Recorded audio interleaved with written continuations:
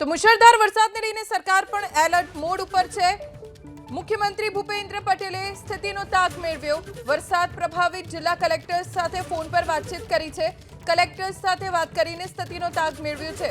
મુખ્યમંત્રી ભૂપેન્દ્ર પટેલે સવારથી જ સ્થિતિને લઈને ગંભીરતા દાખવી, કેમ કે ઘણા બધા એવા વિસ્તારો છે કે જે જળબંબાકારની સ્થિતિમાં મુકાઈ ગયા છે અને આ વિસ્તારોમાં શું સ્થિતિ છે તેને લઈને ચિંતિત પણ જોવા મળ્યા। એટલે જ મુખ્યમંત્રીએ વરસાદ પ્રભાવિત જિલ્લા કલેક્ટર્સ સાથે ફોન ઉપર વાતચીત કરી છે અને ક્યાં શું સ્થિતિ છે તેનો તાગ પણ મેળવ્યો છે।